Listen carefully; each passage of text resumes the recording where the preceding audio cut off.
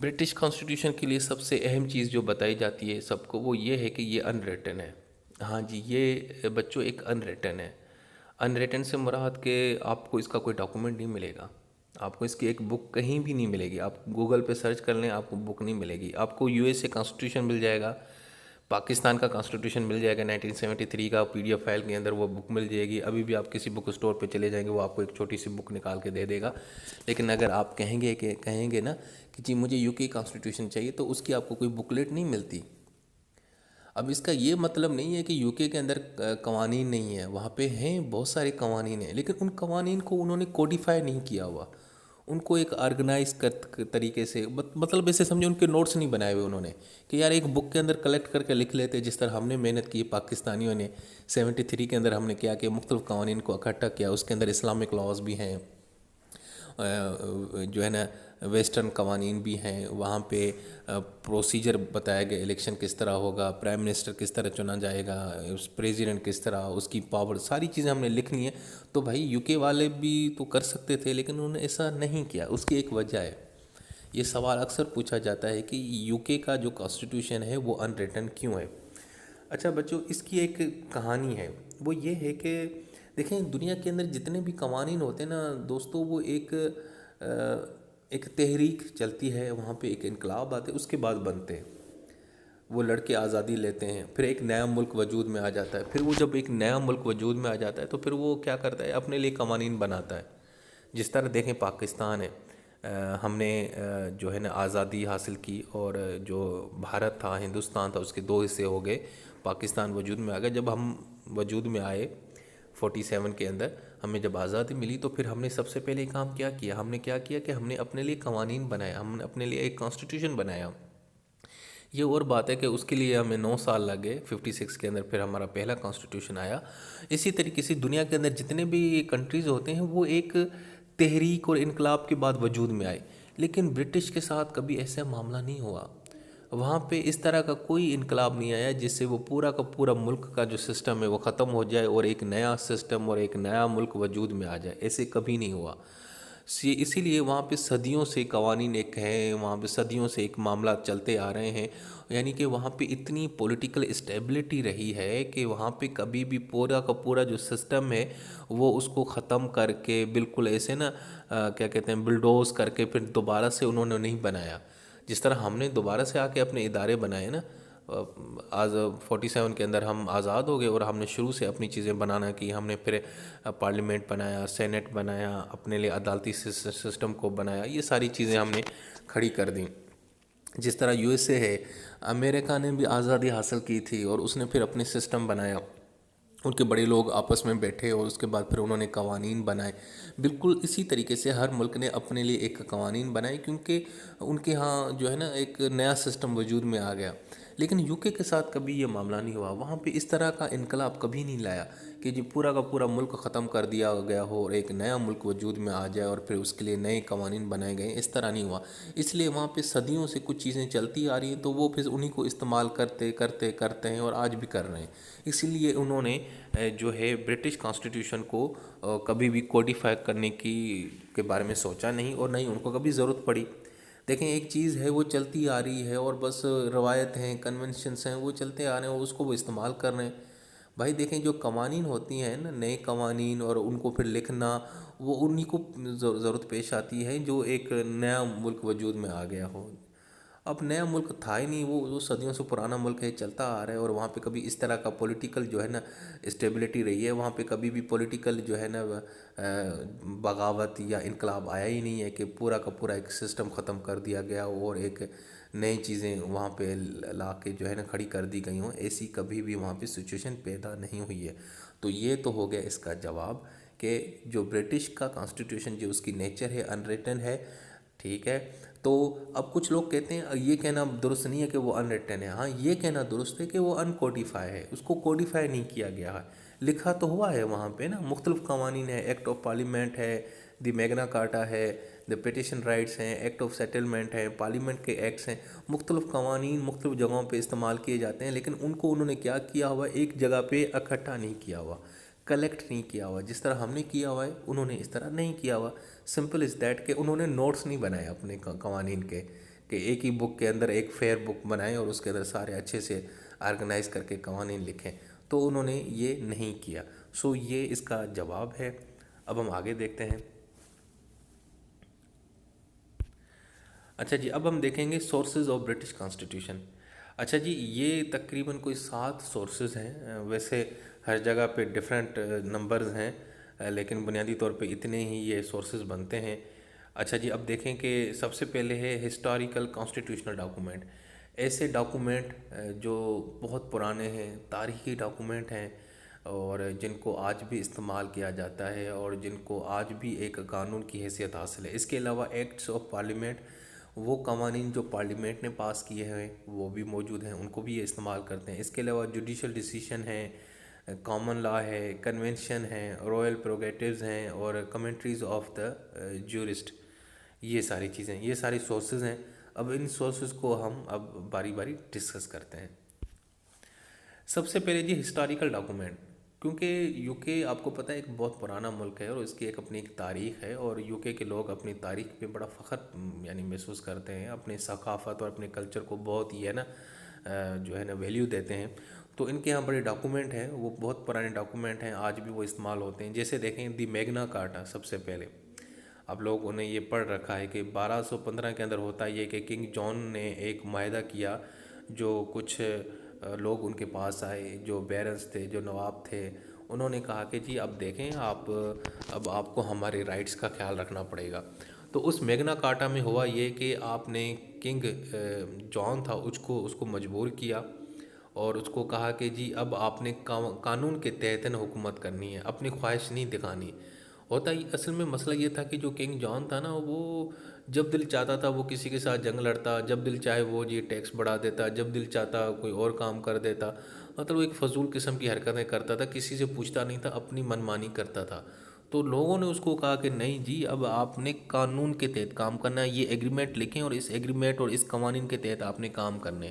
تو وہ جو ایک رولز اور ریگولیشن آپ نے لکھے تھے اس کو ہم بولتے ہیں دی میگنا کارٹا، اور یہ 1215 کے اندر درج ہوئے تھے، اور یہ جو ڈاکومنٹ ہے آج بھی یوز ہوتا ہے، آج بھی اس کے اندر ایسے قوانین ہیں جو آج بھی یو کے کانسٹیٹیوشن کے اندر، یو کے اندر ان کو استعمال کیا جاتا ہے۔ اس کے علاوہ دا پیٹیشن آف رائٹس، جناب یہ بھی ایک ڈاکومنٹ ہے، 1628 کے اندر کنگ چارلس ون کے ساتھ ہوا تھا۔ اس پیٹیشن کے اندر، اس ڈاکومنٹ کے اندر یہ جناب ہوا تھا کہ فیصلہ ہوا تھا کہ جو کنگ ہے نا، وہ کبھی بھی پارلیمنٹ کے مرضی کے بغیر یا اس کی اجازت کے بغیر کوئی ٹیکس نہیں لگائیں گے۔ پہلے یہ ہوتا تھا، اس سے پہلے جو کنگ تھا وہ اپنی مرضی سے ٹیکس لگاتا تھا، جب دل چاہے ٹیکس لگا دیا عوام کے اوپر۔ لیکن اب کنگ کو کہا کہ جی آپ نے نا پہلے پارلیمنٹ سے اجازت لیں گے، اس کے بعد آپ نے نا جو ہے نا وہ ٹیکس لگا دینا ہے۔ سو یہ تھا پیٹیشن آف رائٹ۔ اب دوبارہ میں اس کو ریپیٹ کرتا ہوں۔ پہلا ڈاکومنٹ ہے بچو میگنا کارٹا، 1215 میں کنگ جان کے ساتھ کیا گیا۔ لوگوں نے اس کو مجبور کیا کہ جی اب آج کے بعد آپ نے ان قوانین کے تحت ملک چلانا ہے، آپ نے اپنی من مانی نہیں کرنی۔ دوسرا دی پیٹیشن آف رائٹ، جس کے اندر کنگ چارلس ون کو 1628 کے اندر کہا گیا کہ جی آج کے بعد اگر آپ نے کوئی ٹیکس لگانا ہے تو سب سے پہلے آپ نے پارلیمنٹ سے اجازت لینی ہے، آپ نے اپنی من مانی نہیں کرنی۔ اس کے علاوہ تیسرا جو ڈاکومنٹ ہے وہ ہے بل آف رائٹس 1689۔ جی دیکھیں یہ بھی ایک بڑے اہم قسم کا ڈاکومنٹ ہے۔ ایکچولی یہ ایک اصل میں ہوا یہ تھا کہ جو رومن چرچ ہے وہاں پہ وہ، اور وہاں کی جو برٹش پبلک ہے، عوام، ان کی آپس میں نا ایک لڑائی چل رہی تھی بڑی صدیوں سے۔ تو اس کے بعد جناب کہ جو پاورز تھیں نا وہ اندر، مطلب وہ چل نہیں رہا تھا کہ اصل حکومت کون کر رہا ہے، کنگ کر رہا ہے یا پارلیمنٹ کر رہا ہے۔ تو اس کے بعد جناب 1689 کے بعد یہ کچھ رائٹس، کچھ قوانین بنائے گئے، اور اب کہا گیا کہ جی آج کے بعد اس کے اوپر آپ نے کام کرنا ہے۔ وہ اس میں یہ تھا کہ جو بادشاہ تھا وہ پارلیمنٹ کی اجازت کے بغیر کسی بھی قانون کو سسپینڈ نہیں کرے گا۔ اس کے علاوہ پارلیمنٹ کی اجازت کے بغیر کوئی بھی اگر جو ٹیکس لگایا جائے گا وہ اللیگل ہوگا۔ اس کے علاوہ اگر بادشاہ صاحب نے یا کراؤن نے آرمی کو ریکروٹ کرنا ہے، آرمی بنانی ہے، لوگوں کو وہاں پہ آرمی کے اندر جو ہے نا جاب دلوانی ہے، تو اس سے پہلے اس کو جو ہے نا پارلیمنٹ سے اجازت یعنی لینی پڑے گی۔ اس کے علاوہ پارلیمنٹ کے اندر فریڈم آف اسپیچ ہوگی۔ ہاں جی، اب پارلیمنٹ کے اندر جو جس کا دل چاہے بولے، کوئی اس کے اوپر قدغن نہیں ہے، کوئی پابندی نہیں ہے، اور کوئی بھی اس کو نا کورٹ کے اندر نہیں لے کے جائے گا کہ یا اس کے اوپر مقدمہ نہیں ہوگا۔ اور یہ چیز آج بھی ہمارے ہاں بھی موجود ہے، پاکستان کی اسمبلی کے اندر بھی، پارلیمنٹ کے اندر، کہ پارلیمنٹ کے اندر جو بھی باتیں ہوتی ہیں آپ کو پتہ ہے اس کے اوپر نا آپ کسی کورٹ کے اندر کوسچن نہیں کر سکتے، یا یہ نہیں کہہ سکتے کہ جی فلاں منسٹر نے نا یا فلاں ایم این اے نے اسمبلی کے اندر یہ الزام لگایا، میں اس کے اوپر مقدمہ درج کرنا چاہتا ہوں، تو یہ جناب نے یہ ان کو ایک پریویلیج حاصل ہے۔ اس کے علاوہ آپ نے کوئی بھی ان ریزنیبل یا ان یوزل قسم کا فائن نہیں لگانا، کسی کے اوپر کوئی ان کو سزا نہیں دینی۔ اگر آپ نے سزا دینی بھی ہے تو پھر آپ کو جو ہے نا ایک ٹھوس جو ہے نا ریزن دینا پڑے گا۔ اس کے علاوہ بغیر کسی جیوری وغیرہ کے، ججز کے وغیرہ ٹرائل نہیں کرنا انہوں نے۔ تو یہ ہو گئے بل of rights. Bill of right کے اندر یہ جو ایکچولی یہ تھا کہ بھئی پارلیمنٹ کی اجازت کے بغیر اگر آپ نے کوئی بھی کام کیا تو وہ غیر قانونی ہوگا، غیر آئینی ہوگا، اور اس کی کوئی اہمیت نہیں ہوگی اور نہ ہی اس کے اوپر کوئی عمل کرے گا۔ سو یہ تھے بل آف رائٹس 1689 کے اندر۔ یہ بھی ایک اہم ہسٹوریکل ڈاکومنٹ ہے، اور جس کے ذریعے سے آج بھی یو کے اندر جو ہے نا جب فیصلے لیے جاتے ہیں، معاملے لیے جاتے ہیں، تو اس ڈاکومنٹس کو دیکھا جاتا ہے۔ اس کے علاوہ بچوں 1700 کے اندر ایکٹ آف سیٹلمنٹ آیا تھا۔ یہ بھی ایک بڑا ہسٹوریکل ڈاکومنٹ ہے، جس کے اندر یہ کہا گیا تھا کہ جی اب جو ہے نا جوڈیشری جو ہے نا اس کو کنگ صاحب نہیں ہٹا سکتے۔ اب کنگ کے پاس یہ پاور پہلے ہوتی تھی، کنگ جو تھا نا بادشاہ، اس کی مرضی ہوتی تھی، ججز کو اتار کے پھینک دے، یعنی کہ اٹھا کے پھینک دیتا تھا، نکال کے دیتا تھا، ان کو کہتا تھا کہ جی چلیں جی آپ نے یہ کام نہیں کرنا۔ اب وہ پاور جو تھی نا وہ جوڈیشری کی، ججز کو ہٹانے کی، ان کو ریموو کرنے کی پاور وہ کنگ سے واپس لے لی گئی۔ اور اس کے علاوہ پہلے آپ کو پتہ ہے کہ جو کرسچنس ہیں، کرسچینٹی ہے، اس کے اندر دو گروپس ہوتے تھے، کیتھولک بھی ہیں اور پروٹیسٹنٹ بھی ہیں۔ ان دونوں کا اندر آپس میں ہمیشہ جھگڑا رہتا تھا۔ تو ایکٹ آف سیٹلمنٹ کے اندر پہلے یہ تھا کہ صرف کیتھولک کے لوگ ہی جو ہے نا چرچ میں آتے تھے، اور وہی جو ہے نا آگے چل کے بادشاہ بنتے تھے۔ اب انہوں نے کہا کہ اب ایسا نہیں ہے، اب جو پروٹیسٹنٹ ہیں، یہ جو گروپ ہے کرسچینٹی کا، تو اب یہ بھی جو ہے نا پاور میں آ سکتے ہیں، یہ بھی بادشاہ بن سکتے ہیں، یہ بھی جو ہے نا بڑی بڑی اہم پوسٹ کے اوپر جو ہے نا ان کو آپ رکھ سکتے ہیں۔ سو دوستو یہ تو ہو گیا سب سے پہلے historical constitutional document, the Magna Carta, the petition of rights, the bill of rights, اس کے علاوہ دی ایکٹ آف سیٹلمنٹ، یہ تو کلیئر ہو گیا۔ اب آتے ہیں دی ایکٹس آف پارلیمنٹ۔ اب وہ قوانین جو پارلیمنٹ نے پاس کیے، جس طرح ہمارے ہاں بہت سارے قوانین پارلیمنٹ کے اندر پاس ہوتے ہیں نا، جیسے بجٹ پاس ہوتا ہے، الیکشن ایکٹ پاس ہوتا ہے، بہت سارے قوانین ہم بناتے ہیں پارلیمنٹ کے اندر پاس ہوتے ہیں۔ اسی طریقے سے برٹش پارلیمنٹ کے اندر بھی بہت سارے قوانین مختلف وقتوں کے اندر پاس ہوئے ہیں، جن کو آج بھی استعمال کیا جاتا ہے، اور ان کو جو ہے نا اگر کوئی بھی معاملہ آتا ہے تو اس کو وہاں سے دیکھ کے ڈیل کیا جاتا ہے۔ اب اس میں سب سے پہلے اہم جو ڈاکومنٹ ہے، دی ایکٹ آف ہیبیس کارپس 1679 کے اندر یہ آیا تھا۔ اس کے اندر یہ تھا کہ آپ نے اگر کسی شخص کو جو ہے نا اگر آپ نے اس کو جیل کے اندر بند کیا ہے، قید کیا ہے، تو اس سے پہلے آپ کو ایک جسٹیفیکیشن دینی پڑے گی، اور اس کو آپ نے کورٹ کے سامنے پیش کرنا ہے۔ دیکھیں آج بھی ایسا ہی ہوتا ہے نا، اگر آپ نے کسی کو پکڑنا ہوتا ہے تو اس کو آپ کو 24 گھنٹے کے اندر میجسٹریٹ کے سامنے پیش کرنا پڑتا ہے۔ یہ نہیں ہے کہ 5-6 دن تک کسی بندے کو جیل کے اندر بند کر کے رکھیں اور جب دل چاہے کہ کورٹ کے سامنے پیش کریں، ایسا بالکل نہیں ہے۔ یہ غیر قانونی کام ہے۔ تو ایکٹ آف ہیبیس کارپس نے اس چیز کو ہمیشہ کے لیے ایک قانون بنا دیا کہ جی آپ نے کسی بھی ایک بندے کو بغیر کسی جسٹیفیکیشن کے قید نہیں کرنا، جیل کے اندر نہیں ڈالنا۔ اور آپ نے اگر کسی کو پکڑا بھی ہے، آپ کو شک تھا کہ اس نے یہ چوری کی ہے یا جرم کیا ہے یا اس کے اوپر کوئی الزام ہے، تو پھر آپ کو اس کو پہلے کورٹ کے سامنے پیش کریں گے، میجسٹریٹ کے سامنے پیش کریں گے، بتائیں گے کہ حضور ہم نے اس کو اس لیے پکڑا ہے کیونکہ اس کے خلاف یہ جو ہے نا ہمیں شک ہے کہ اس نے یہ کام کیا ہے، اس کے خلاف یہ الزام ہے، اس نے یہ قتل کیا ہے، اس نے یہ جرم کیا ہے۔ تو یہ تو ایکٹ آف ہیبیس کارپس بن گیا۔ اس کے علاوہ دی ایکٹ آف سیٹلمنٹ 1701 کے اندر آیا تھا۔ اس کے اندر یہ بھی تھا کہ جی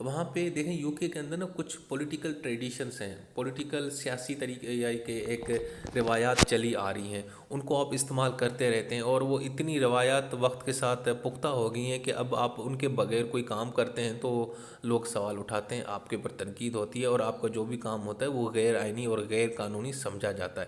مثال کے طور پہ دیکھیں، ایک پرانی ایک کنونشن ہے، ایک پرانی ایک ٹریڈیشن ہے وہاں کا۔ وہ ٹریڈیشن یہ ہے کہ جی جب پرائم منسٹر صاحب جو ہے نا کوئن کو ریکویسٹ کریں گے، ایڈوائز دیں گے، سجیسٹ کریں گے کہ جی آپ ہاؤس آف کامنس کو نا یعنی کہ توڑ دیں، جس طرح ہم کہتے ہیں کہ اسمبلیاں توڑ دیں، تو وہ کہتے ہیں کہ اگر پرائم منسٹر کوئن کو ایڈوائز کرے گا نا کہ ہاؤس آف کامنس کو آپ ڈیزالو کر دیں، تو وہ کوئن اس کو ڈیزالو کر دے گی۔ لیکن اگر وہ منع کرتی ہے کہ جی میں نے نہیں کرنا، تو پھر آپ اس کو کچھ نہیں کہہ سکتے، آپ اس کے اوپر آپ اس کو مطلب فورس نہیں کر سکتے، پریشرائز نہیں کر سکتے۔ تو یہ ایک ٹریڈیشنس ہیں۔ اب یہ جو ٹریڈیشنس ہیں نا، پولیٹیکل ٹریڈیشنس، ان کو یو کے اندر اتنی ایک اہمیت حاصل ہو چکی ہے کہ ان کو آج ان کو یو کے کانسٹیٹیوشن کا ایک سورس مانا جاتا ہے۔ بہت سارے پولیٹیکل دیکھیں ٹریڈیشنس ہیں، ہمارے ہاں بھی بڑے قسم کے ٹریڈیشنس ہیں، تو ان ٹریڈیشن کو استعمال کر کے جو ہے نا بہت سارے معاملات آج بھی جو ہے نا حل کیے جاتے ہیں یو کے اندر۔ ویسے اگر ٹیکنیکل دیکھے جائے تو یہ کوئی اسٹرکٹ سینس میں کوئی قوانین نہیں ہے، یہ کوئی اس طرح کوئی ڈاکومنٹ نہیں ہے، لیکن یہ ایک ٹریڈیشنس ہیں، روایات ہیں، بس انہی کو بس چلتی آ رہی ہیں۔ تو یو کے، آپ کو پتہ ہے کہ یو کے جو لوگ ہیں نا زیادہ تر فنڈامنٹلسٹ ہیں بہت سارے، وہ اپنی کسٹمس، اپنے کلچر، اپنے اس طرح کی کنونشنس، اپنے ٹریڈیشنس کو نا بڑا مانتے ہیں، اور ان کو وہ آج بھی استعمال کرتے ہیں۔ حالانکہ دیکھیں آج کی مطلب انسان چاند کے مارس کے اوپر پہنچ چکا ہے، لیکن آج بھی وہاں پہ بادشاہت کا سسٹم موجود ہے، مونارکی موجود ہے، آج بھی کوئن وہاں پہ موجود ہے، ان کے پرنسز ہیں، بچے ہیں، یہ سارا کچھ سسٹم چل رہا ہے۔ لیکن وہ پھر بھی صرف اور صرف سمبولیکل ہیں، وہ نام برائے نام ہیں، ان کا کوئی زیادہ عمل دخل نہیں ہوتا ملک کے گورنمنٹ کے معاملات کے اندر، سیاست کے اندر، قوانین کے اندر، لیکن پھر بھی انہوں نے ان کو زندہ کر رکھا ہوا ہے۔ وہ کہتے ہیں کہ ہم نے اپنی ان چیزوں کو ہمیشہ زندہ رکھنا ہے، ہم نے ختم نہیں کرنا۔ اس کے علاوہ بیٹا جو رائل پروگیٹیوز ہیں، جو کوئن اور مونارک کو جو ایک استحقاق حاصل ہوتا ہے، دیکھیں نا کنگ کے پاس ایک پاورز ہوتی ہیں، پریولیجز ہوتے ہیں، اسی طریقے سے یو کے اندر بھی رائل پریروگیٹیوز ہیں، وہاں کا جو مونارک ہے اس کو بڑی پاور دی گئی ہیں۔ اب وہ ایک الگ بات ہے کہ آج کل وہ ایکسرسائز نہیں کرتے یا وہ اس طرح اس کے اوپر کام نہیں کرتے، کیونکہ ظاہری بات ہے ڈیموکریسی ہے، جمہوریت ہے، تو وہاں پہ اس طرح کے جو رائل پروگیٹیوز ہیں، جو استحقاق ہیں، جو پریولیجز ہیں، ان کو اس طرح استعمال نہیں کیا جاتا۔ اب اس کے کچھ ایگزامپلس ہیں، جیسے کسی کے ساتھ جنگ کرنی ہے، ڈکلیئر کرنا ہے، یہ بھی ان کے پاس پاور ہے۔ کسی کے ساتھ آپ نے امن کا معاہدہ کرنا ہے، یہ بھی ان کے پاس پاور ہے۔ آپ نے ایگریمنٹ کرنا ہے، کسی کو معاف کر دینا ہے، کس کو منسٹر کو اپائنٹ کرنا ہے، پارلیمنٹ کا سیشن جو ہے نا وہ بلانا ہے۔ اب یہ کیا ہے؟ یہ ایکچولی وہاں کی جو کوئن ہے، وہاں کا جو بادشاہ ہے، وہاں کا جو کراؤن ہے، اس کو یہ کچھ استحقاق ہے، اس کو یہ کچھ رائٹس دیے گئے ہیں، یہ ان کے پاس یہ حقوق ہیں، ان کے پاس یہ پاورز ہیں۔ تو یہ جو پاورز ہیں یہ بھی as a source of you کے کانسٹیٹیوشن مانی جاتی ہیں۔ اس کے علاوہ جو ایک اور سورس ہے یو کے کانسٹیٹیوشن کا، وہ ہے کمنٹریز۔